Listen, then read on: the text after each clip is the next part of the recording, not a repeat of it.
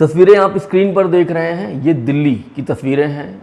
जब 6 तारीख को अमेरिका की राष्ट्रपति का जो परिणाम आ रहा था, कौन होगा, कमला हैरिस बनेंगी कि या डोनाल्ड ट्रंप बनेंगे, तो दिल्ली में कुछ साधु संत लोग हैं, वो डोनाल्ड ट्रंप की जीत के लिए हवन कर रहे हैं।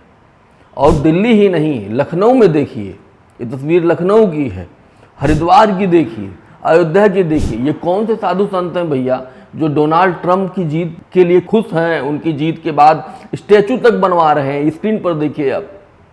और भारतवंशी महिला कमला हैरिस, ऐसा भी नहीं है कि उनकी 4-5 पीढ़ी पहले वो भारत से कभी गए रहे होंगे अमेरिका। अभी एक पीढ़ी पहले की बात है, उनकी माँ जो कमला हैरिस की, वो भारत से गई थी, वहाँ पर अमेरिका गई थी। तो वो कौन से लोग हैं जो भारतवंशी महिला कमला हैरिस की हार पर खुश हैं या उनको हार के लिए हवन कीर्तन कर रहे हैं, इसी मसले पर बात करेंगे। हमारे साथ समाजवादी पार्टी के नेता मनोज यादव जी हैं, क्या कुछ कह रहे हैं, जरा सुनिए। देखिए, बात ये नहीं कि कौन खुश हो रहा है कौन दुखी है, बात ये है कि ये देखिए विचारधारा की लड़ाई है। जो रिपब्लिकन हैं वो अतिवादी लोग हैं और ट्रंप का एक कार्यकाल आपने देखा है अतिवादिता से भरा है। जो भारत में अतिवादी लोग हैं, जो आज सत्ता में, वो भी अतिवादी हैं, एक तरीके से सांप्रदायिक लोग।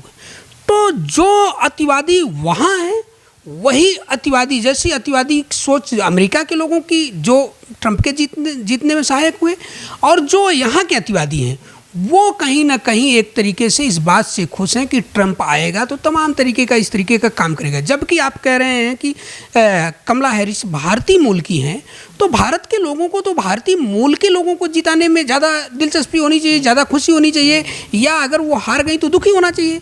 लेकिन आप सोच लीजिए कि भारत में जो लोग हैं वो दक्षिणपंथी कट्टरपंथी लोग हैं और वो उस कट्टरपंथ से जोड़ रहे हैं, न कि उनको राष्ट्रवाद। अगर राष्ट्रवाद या राष्ट्र की बात होती तो कमला हैरिस तो इस भारत की मूल की है, तो आपको तो दुखी होना चाहिए, आपको तो इस बात का प्रयास करना चाहिए था कि कमला हैरिस जीते।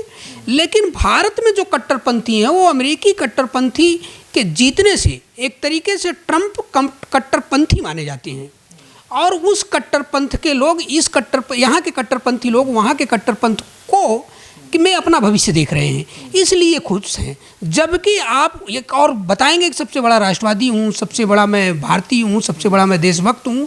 जब भारतीय मूल के एक व्यक्ति के हारने से आपको खुशी है तो आप कैसे राष्ट्रवादी हैं?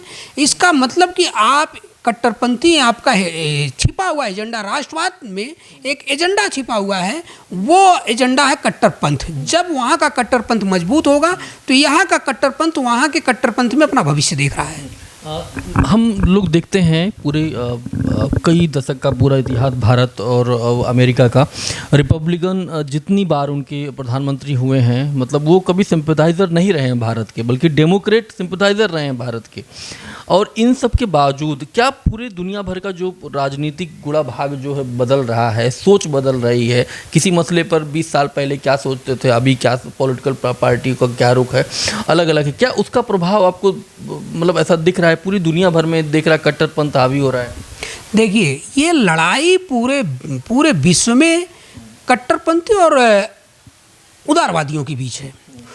मैं ये नहीं कहता कि डेमोक्रेटिक बहुत उदार हैं, लेकिन भारत और जो मानवता और समानता स्वतंत्रता की जो बात करते हैं उदारवादी लोग हैं, और डेमोक्रेटिक कहीं ना कहीं इन मूल्यों की रक्षा के लिए लड़ाई लड़ते हैं। और कट्टरपंथ सीधे इसके विपरीत है, वो ये चाहता है कि समानता ना हो, हर व्यक्ति समान न हो, हर व्यक्ति को अवसर न मिले, हर व्यक्ति की स्वतंत्रता न हो, हर व्यक्ति को संसाधनों में भागीदारी न मिले, उनको मिले जो मेरे समर्थक हैं। तो आज कहीं ना कहीं अमेरिका में जो डोनाल्ड ट्रंप जीते हैं वो इस लड़ाई में कि कट्टरपंथ मजबूत हुआ है और उदारवाद कहीं ना कहीं डिफीट खाया है। तो डेमोक्रेटिक सदैव उदारवादी रहे हैं, देखने में जो मिला है, इसलिए यहाँ के जो उदारवादी लोग हैं वो चिंतित हैं। लेकिन 5 साल का जो कार्यकाल, मतलब 4 साल का जो कार्यकाल रहा है बाइडेन का, आप देखिए गजा में क्या कुछ हुआ है, इधर यूक्रेन और रसिया का युद्ध चल रहा है, उधर बहुत सारे ऐसे इंसिडेंट हुए हैं जहां पर मानवाधिकारों को लेकर सवाल उठाए हैं। अमेरिका तो कुछ नहीं किया ना, अमेरिका कुछ नहीं किया, लेकिन अब जब ट्रंप आएंगे तब क्या होगा? ट्रंप कहीं ना कहीं अपने इस तरीके की चीज़ों को, वो तो कह रहे हैं कि मैं युद्ध को रोकने की कोशिश करूंगा, अगर इस काम में वो आगे बढ़ते हैं तो अच्छी बात है। लेकिन मैं कह रहा हूँ जो चीज़ें आप देख रहे हो कहीं ना कहीं वो विश्व के परिदृश्य में विचारधारा की लड़ाई है। वो विचारधारा जो स्वतंत्रता, समानता, बंधुत्व की बात कर रही है वो कमज़ोर हो रही है। ट्रंप में आप पूंजीवाद देख रहे हैं, वहाँ स्वतंत्रता, समानता, बंधुत्व की बात नहीं होती, वहाँ ये हो रही कौन मेरा है कौन दूसरा है।